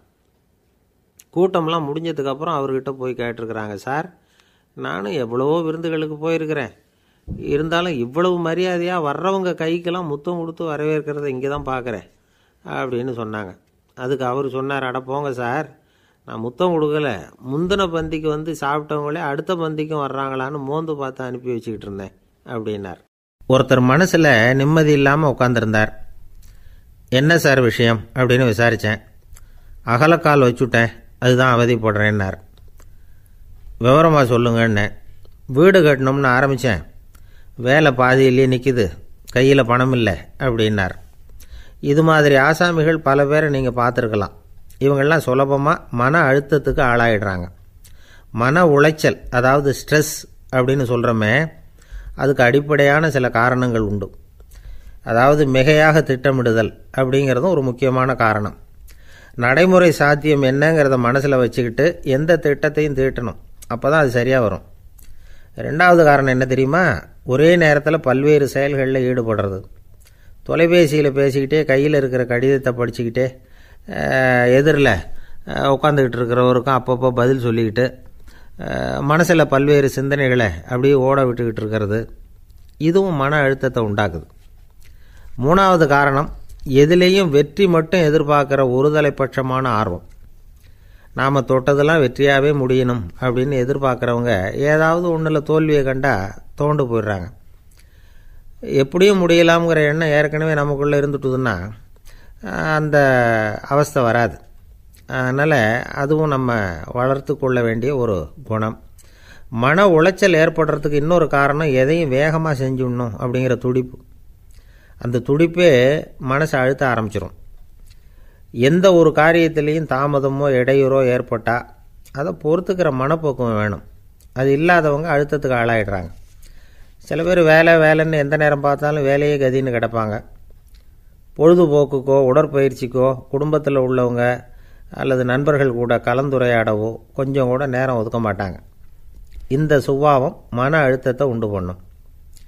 இதையெல்லாம் புரிஞ்சுக்கிட்டு அதிலிருந்து விடுபடுறது எப்படின்னு யோசிக்கணும். வல்லுநர்கள் இது தொடர்பாக சில யோசனைகளை சொல்லி வச்சுருக்கிறாங்க. அது என்னென்னா, வாழ்க்கைங்கிறது பிரச்சனைகளால் பின்னப்பட்ட ஒன்று. அது எப்போவுமே முடிவடையாத ஒரு தொடர்கதை அப்படிங்கிறத முதல்ல நாம் புரிஞ்சுக்கணும். ஒரே நேரத்தில் ஒரு காரியத்தில் மட்டுமே நாம் கவனம் செலுத்தணும். அடுத்தவங்க காரியத்தில் தலையிடக்கூடாது. எதையும் பேச ஆரம்பிக்கிறதுக்கு முன்னாடி நம்மை நாமே கேட்டுக்க வேண்டிய கேள்வி 2. 1, நான் சொல்ல போகிறது ரொம்ப முக்கியமானதா? 2வது, நான் சொல்கிறத அவங்க கேட்குறதுக்கு ஆசைப்படுறாங்களா? நான் பேசுகிறதுக்கு அது சரியான நேரம் தானா? இதை யோசித்து பார்த்ததுக்கப்புறம் எதையும் பேச ஆரம்பிக்கணும். முடிஞ்ச அளவுக்கு வளைந்து போகிற சுபாவத்தை வளர்த்துக்கணும். நம்ம நேரம் விலை மதிப்பு இல்லாதது, அதை வீணாக்கக்கூடாது. சிரிக்க தெரியலனாலும் பரவாயில்ல, முகத்தில் கொஞ்சம் புன்முறுவலாவது காட்டணும். இதெல்லாம் ரொம்ப முக்கியம். அடுத்தவங்க ஏதாவது செஞ்சால் உடனே நன்றி சொல்ல மறக்கக்கூடாது. தினமும் கொஞ்சம் நேரத்தை தனிமையில் செலவு பண்ணணும். மன உளைச்சலிருந்து விடுபடுறதுக்கு 3 முக்கிய வழிகள் சொல்கிறாங்க. அதை சுருக்கமாக ரெட் அப்படின்னு சொல்கிறாங்க. RED ஆங்கில எழுத்தில். அந்த முதல் எழுத்து R, அது என்னென்னா ரிலாக்ஸேஷன், அதாவது இடை ஓய்வு. 2வது E எக்ஸர்சைஸ், உடற்பயிற்சி. 3வது டயட், திட்டமிட்ட உணவு முறை. அதனால் தியானம், மூச்சு பயிற்சி இதெல்லாம் இந்த இடை ஓய்வுக்கு வழிகள். எந்த வேலையையும் தொடர்ந்து செய்யக்கூடாது. எல்லார்கிட்டையும் கலகலப்பாக பழகணும். மாதத்துக்கு ஒரு நாளாவது குடும்பத்தோடு வெளியில் போயிட்டு வரணும். சுலபமான உடற்பயிற்சிகளை செய்யலாம். உடற்பயிற்சிங்கிறது நமக்காக நாம் செய்கிற ஒரு நீண்டகால முதலீடு அப்படின்னு சொல்லுவாங்க. அதாவது லாங் டேர்ம் இன்வெஸ்ட்மெண்ட்டாக. அளவோடு சாப்பிட்ணும், மெதுவாக சாப்பிட்ணும். இதெல்லாம் கொஞ்சம் மனசில் வச்சுக்கிட்டு நடந்துக்கிட்டால் மகிழ்ச்சியாக வாழலாம். சில பேர் சாப்பாட்டு விஷயத்தில் ரொம்ப அக்கறை எடுத்துக்கிறது உண்டு. ஒரு குண்டு ஆசாமி சாப்பிட உக்காந்தார். முதல்ல ஒரு மாத்திரை சாப்பிட்டார். எதுக்குன்னு கேட்டோம். பசி எடுக்கிறதுக்குன்னார். சாப்பிட்டு முடித்தார். பிறகு மறுபடியும் ஒரு மாத்திரை சாப்பிட்டார். இது எதுக்குன்னு கேட்டோம். சாப்பிட்டது ஜீரணமாகறதுக்கு அப்படின்னார்.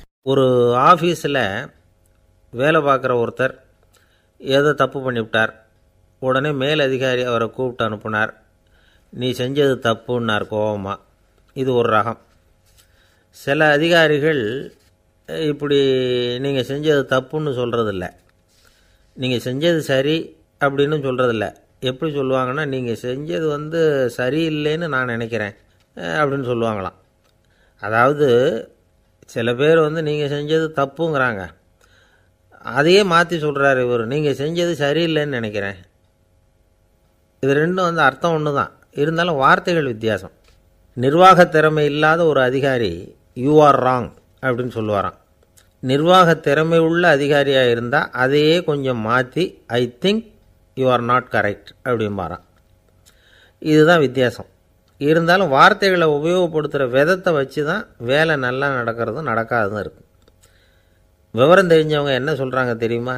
B a leader not a boss அப்படிங்கிறாங்க.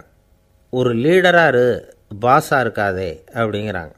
சரி, அப்படின்னா லீடருக்கும் பாஸுக்கும் வித்தியாசம் உண்டா அப்படின்னு கேட்டால் இருக்குன்னு சொல்கிறாங்க.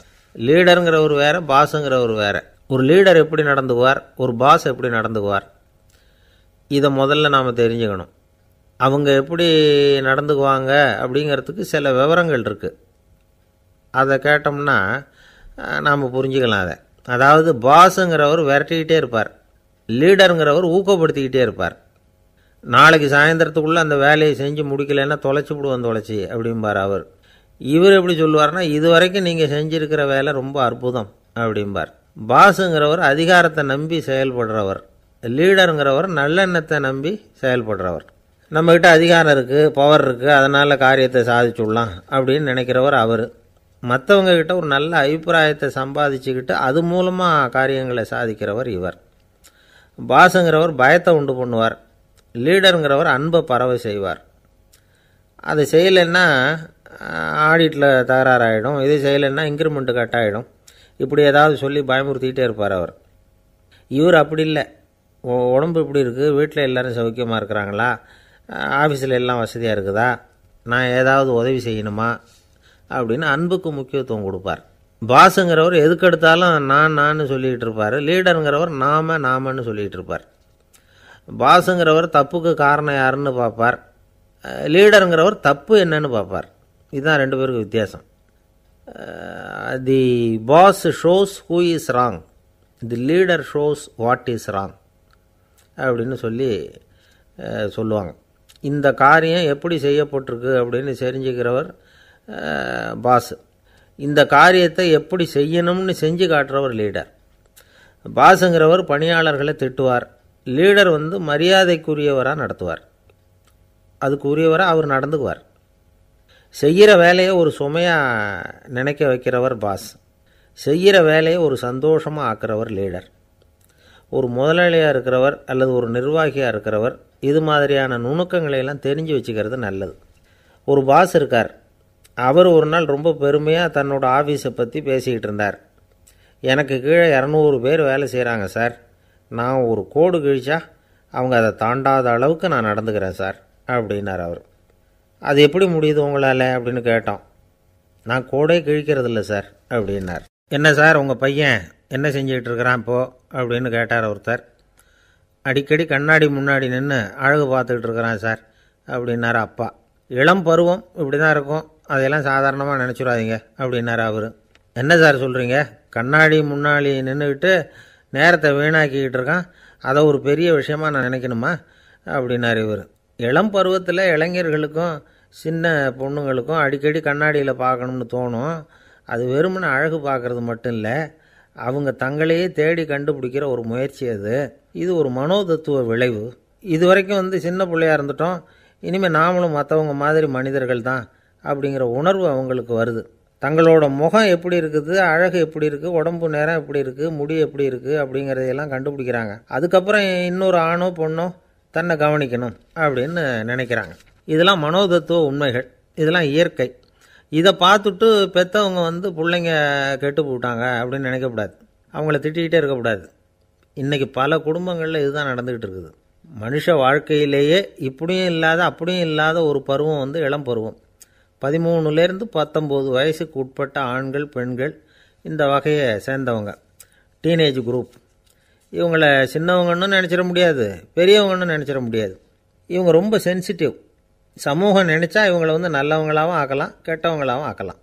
கொஞ்சம் அக்கறை எடுத்துக்கிட்டால் பெரிய பெரிய மேதைகளையும் விஞ்ஞானிகளையும் உருவாக்கலாம். ஆனால் நடக்கிறது என்ன தெரியுமா, அநேகமாக இவங்களை யாருமே சரியாக புரிஞ்சுக்கிறது இல்லை, இவங்களை சரியாக நடத்துறதும் இல்லை. இது வரைக்கும் நாம் சொல்கிறத கேட்டுக்கிட்டு இருந்தான், இப்போல்லாம் அவன் இஷ்டத்துக்கு நடக்க ஆரம்பிச்சுட்டான் அப்படின்னு வருத்தப்படுற பெற்றோர்கள் அதிகம். இது வருத்தப்படுற விஷயம் இல்லை, சந்தோஷப்பட வேண்டிய விஷயம். உங்கள் புள்ள சொந்தமாக யோசிக்க ஆரம்பிக்கிறதும் நடந்துக்க ஆரம்பிக்கிறதும் ஒரு தப்பான விஷயமா? அவன் கடைசி வரைக்கும் உங்கள் பேச்சையே கேட்டுக்கிட்டு இருக்கணுங்கிறது என்ன நியாயம்? இன்றைக்கி இளைஞர்களை பெரியவங்க தப்பாக புரிஞ்சுக்கிட்டு தவறாக நடத்துறதுனால தான் அவங்களுக்கு வெறுப்பு, எரிச்சல், மனக்கசப்பு எல்லாம் உண்டாகுது. பெற்றவங்க சரியாக மதிக்கிறது இல்லை அப்படிங்கிற ஒரே காரணத்தினாலேயே வீணாக போகிற பிள்ளைங்க இன்றைக்கி அதிகம். சரி, பெற்றவங்களுக்கு இன்றைக்கி என்ன தான் புத்தி சொல்ல வர்றீங்க அப்படின்னு கேட்குறீங்களா? நாம் எதையும் சொல்ல வரல, ஆனால் அது சம்பந்தமான சில நிபுணர்கள் சொல்லியிருக்கிறத உங்கள் காதில் போட்டு வைக்கலாம். அது என்னென்னா, பிள்ளைங்க கிட்ட அன்பு செலுத்துங்க. குழந்தையாக இருந்தப்போ எவ்வளவு பாசமாக இருந்தீங்க, வளர வளர அதை ஏன் குறைச்சிக்கிறீங்க? பெற்றவங்களின் அன்பான வார்த்தைகளுக்கு ஏங்குறவங்க தான் இன்றைய இளைஞர்கள். அவங்க எதை சொன்னாலும் அதை அக்கறையாக காது கொடுத்து கேளுங்க, அலட்சியப்படுத்தாதீங்க. அவங்க விரும்புகிறது உங்கள்கிட்டேருந்து ஒரு மதிப்பு, மரியாதை, அங்கீகாரம், இவ்வளவு தான். அவங்களாவே முடிவுகள் எடுக்கட்டும். அதுக்கு நீங்கள் உதவியாக இருங்க, அது போதும். மற்றவங்க முன்னாடி, முக்கியமாக அவங்க நண்பர்கள் முன்னாடி அவங்கள பற்றி மட்டமாக பேசாதீங்க. அவங்கக்கிட்ட பொய் சொல்லக்கூடாது. நீங்கள் சொன்னது பொய்ன்னு தெரிஞ்சு போச்சுன்னா உங்கள் பேரில் அவங்களுக்கு இருக்கிற மதிப்பு போயிடும், நம்பிக்கை போயிடும். அவங்களுக்கு முன்னாடி நீங்கள் சண்டை போடக்கூடாது. உங்கள் பிள்ளைய எப்பவும் இன்னொரு பிள்ளையோட ஒப்பிட்டு பேசுகிற வேலையே வேணாம். கூட பிறந்த மற்றவங்களோட கூட ஒப்பிடக்கூடாது. இப்படி செஞ்சால் அவன் உங்ககிட்டையும் பிரியமாக இருக்க மாட்டான், அவங்ககிட்டையும் பிரியமாக இருக்க மாட்டான். புள்ள எங்கே போகிறான், என்ன பண்ணுறான் அப்படின்னுலாம் துப்பறிஞ்சிக்கிட்டு இருக்கக்கூடாது. இளைஞர்கள் தனிமையை விரும்புகிறவங்க. அவங்கள பெட்டியில் வச்சு மூடி பாதுகாக்கணும்னு நினைக்கக்கூடாது. அவங்கள எப்படி பாதுகாக்கிறது அப்படிங்கிறது அவங்களுக்கே தெரியும். உங்கள் புள்ள எப்படி நடந்துக்கணும்னு நீங்கள் எதிர்பார்க்குறீங்களோ அது மாதிரி நீங்கள் நடந்து காட்டுங்க, அது போதும். ஒரு வீட்டில் அப்பாவும் அம்மாவும் பேசிக்கிட்டு இருக்கிறாங்க. என்னங்க, நம்ம பொண்ணு பெரியவளாயிட்டா, அடிக்கடி கண்ணாடி முன்னாடி போய் நின்றுக்கிட்டு இருக்கிறா, சீக்கிரமாக ஒரு பையனை பார்த்து கல்யாணத்தை முடிக்காமல் இப்படி மசன்னு கல் மாதிரி உட்காந்துருக்குறீங்களே அப்படின்னு சத்தம் போட்டாங்க அந்த அம்மா. அவசரப்படாத, பார்க்குறதுக்கு கண்ணுக்கு அழகாக லட்சணமாக புத்திசாலியாக ஒரு பையன் கிடைக்க வேணாமா, அதுதான் பார்த்துக்கிட்டு இருக்கிறேன் அப்படின்னார் அப்பா. இதுக்கு அந்த அம்மா சொல்கிறாங்க, எங்கள் அப்பா இப்படியெல்லாம் நினச்சிக்கிட்டு இருந்திருந்தா எனக்கு கல்யாணமே ஆயிருக்காது தெரியுமா அப்படின்னாங்களாம். 1816 வருஷம் செப்டம்பர் மாதம் 11 பிரான்ஸ் தேசத்தில் உள்ள ஒரு மருத்துவமனை. அங்கே ஒரு இளம் டாக்டர் கொஞ்ச நாளைக்கு முன்னாடி தான் அந்த ஆஸ்பத்திரியில் புதுசாக வேலைக்கு சேர்ந்துருக்கிறார். அவர் பேர் ரெனே லெனக். அவர் அன்னைக்கு காலையில் அந்த மருத்துவமனையில் அப்படியே ரவுண்ட்ஸ் வந்துக்கிட்டு இருக்கிறார். வார்டில் ஒரு படுக்கையில் ஒரு இளம் பெண் படுத்திருக்கிறா. அந்த பொண்ணுக்கு இருதய நோயாக இருக்கலாம்ங்கிறது மற்ற டாக்டர்கள் சந்தேகம். அந்த காலத்துல எல்லாம் ஒருத்தருடைய இருதய துடிப்பை தெரிஞ்சுக்கணும்னா நோயாளியின் மார்பில் டாக்டர் காதை வச்சு பார்த்து தான் தெரிஞ்சுக்கிறது வழக்கம். ஆனால் இந்த பெண்ணும் இளம் பெண், அந்த டாக்டரும் புதுசாக சேர்ந்துருக்கிறவர். அதனால் பரிசோதனை பண்ண தயங்கினார். கொஞ்ச நேரம் யோசனை பண்ணார். திடீர்னு ஒரு ஞாபகம் வந்தது அவருக்கு. அதாவது அன்றைக்கி விடியற் காலையில் தோட்டத்தில் அப்படி வாக்கிங் போயிட்டு இருந்தப்போ சின்ன பசங்கள்லாம் ஒரு மரக்கட்டையை வச்சு விளையாடிக்கிட்டு இருந்தாங்களாம். அதை இவர் பார்த்துருக்கிறார். அது என்ன விளையாட்டுனா, ஒரு நீளமான மரப்பலகை, அதில் ஒரு முனையில் ஒரு பையன் தன்னுடைய காதை வச்சுக்கிட்டு இருக்கிறான், மறுமுனையில் இன்னொரு பையன் அந்த மரப்பலகையை ஒரு ஆணியால் கீறிக்கிட்டு இருக்கிறான். ஒரு முனையில் ஆணியால் கீறும் பொழுது மறுமுனையில் காதை வச்சிருக்கிற பையனுக்கு அந்த சத்தம் துல்லியமாக கேட்குது. அந்த டாக்டருக்கு காலையில் பார்த்த இந்த விளையாட்டு ஞாபகத்துக்கு வந்துட்டுது. உடனே என்ன பண்ணார் தெரியுமா? ஒரு நீளமான காகிதத்தை எடுத்தார். அதை அப்படியே உருளை மாதிரி உருட்டினார். ஒரு முனையை அந்த நோயாளியின் மார்பில் இடது பக்கம் வச்சார், இன்னொரு முனையில் தன்னுடைய காதை வச்சார். என்ன ஆச்சரியம்!